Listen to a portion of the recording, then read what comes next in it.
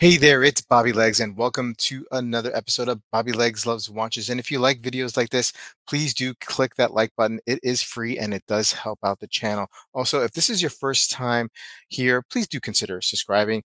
I love making these kind of videos and I hope you enjoy them. Okay, so let's get right into the news from monochromewatches.com and Seiko continuing its releases here. We have the new nighttime Tokyo editions of the Seiko Presage cocktail times. These dials are the more dynamic Seiko dials you'll see in this kind of affordable Presage cocktail time lineup. And these cocktail dials are inspired by Japan's capital city's nightlife, with dials designed after specifically created cocktails, which represents an audacious yet accessible side of the collection. This is a new reference, the SRPK93 and the SRE015. These references have been created by the Star Bar in Ginza, Tokyo. It is owned by Hishani Kishi, the first bartender to receive Japan's prestigious contemporary master craftsman. And the new cocktail is named Nighttime Tokyo, reflecting the night view of the Tokyo with a myriad of high-rise buildings. Yeah, very, very cool piece. I like it. Interesting bracelet here. You have this fine link type style bracelet going on here. I'm guessing this is a 4R movement. Let's take a look at some of the specs. Well, it is limited to 9,000 pieces. That's the SR PK93 version, which is a 40.5 millimeter case diameter, polished case. Yeah, 4R35, 3 hertz, 41-hour power reserve, €560. And you can see their Hardlex crystal you get at this price point. The second Nighttime Tokyo Presage is a smaller take. Its case is 30.3. So I guess it's we're looking for maybe the female part of the audience here for this one. It is got a small automatic movement, 2R05. I'm not sure if I'm familiar with that one. 6,000 pieces, 40-hour power reserve, $660. Nice, good-looking release. I'm sure these will sell well for Seiko. Okay, moving on.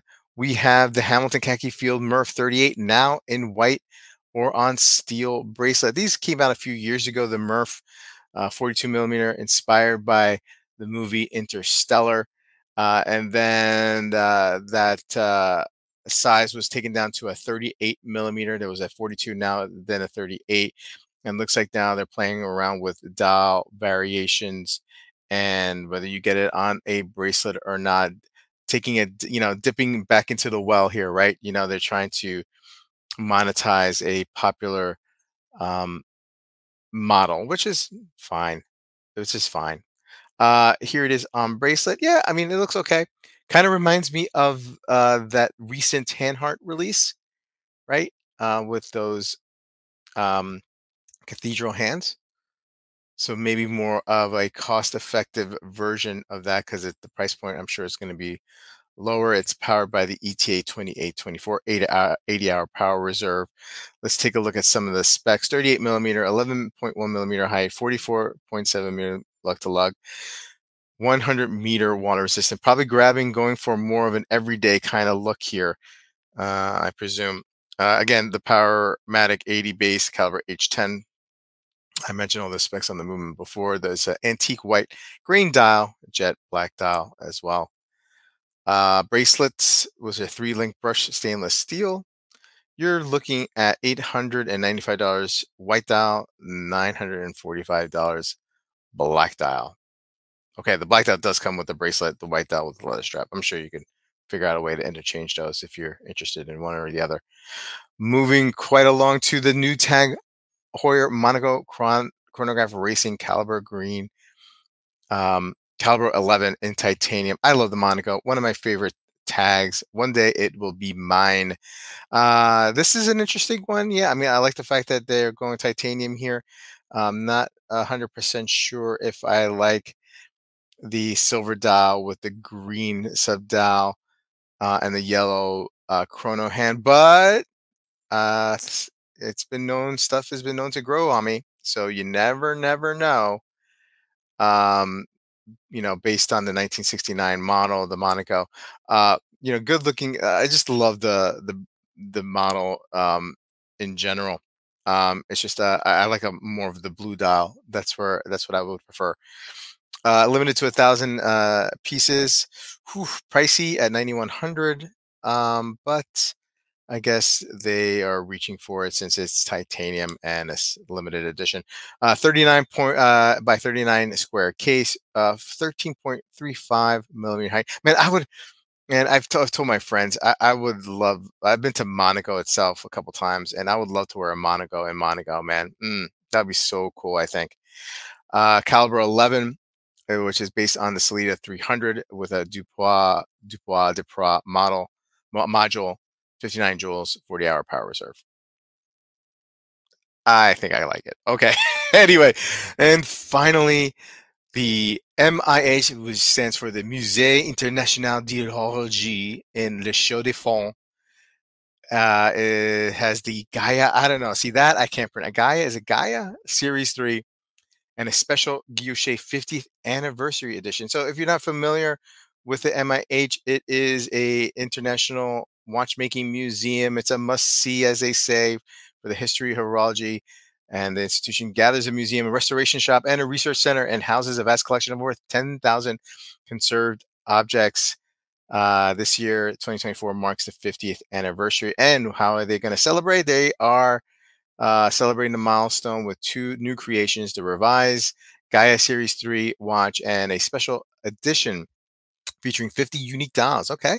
Hand guilloche by Georges Bradec, the winner of the 2023 Gaia Prize.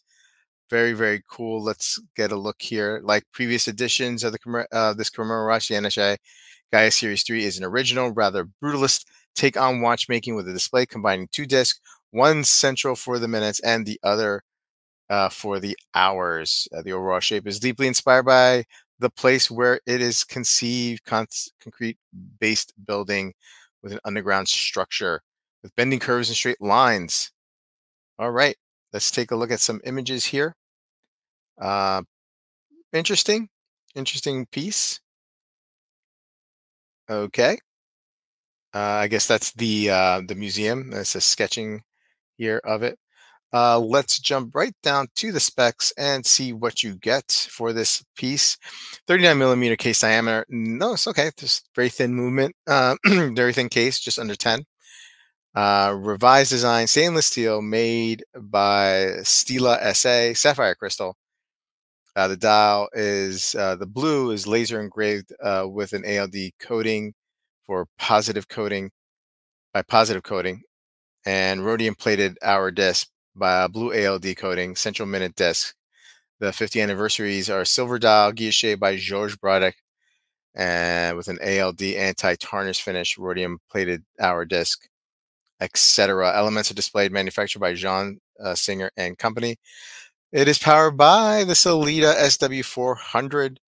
Not really familiar with that movement. 38-hour power reserve. It is an automatic movement. Oscillating weight engraved by the Musée. And the Series 3 is limited to 500 pieces. The blue dial, the 50th anniversary dial, is limited to 50 pieces. And you're looking at 3,400 Swiss francs for the 100-piece collection. And for the limited to 500 pieces is 5,500. Yeah, I mean, like, look, it's interesting. I mean, if you're into this thing, the history of watchmaking and supporting the museum and its 50th anniversary, yeah, go for it. I mean, it does really nothing for me aesthetically, but what is interesting about the 50th anniversary edition piece is that you get 50 different dials. So it is if I'm understanding, you're getting 50 different guilloche dials, so it's like a one-on-one. So that's probably a really cool aspect of it. Anyway, guys, let me know what you think of this these watches in this release. Please put a comment below, and I will see you guys in the next video. Take care.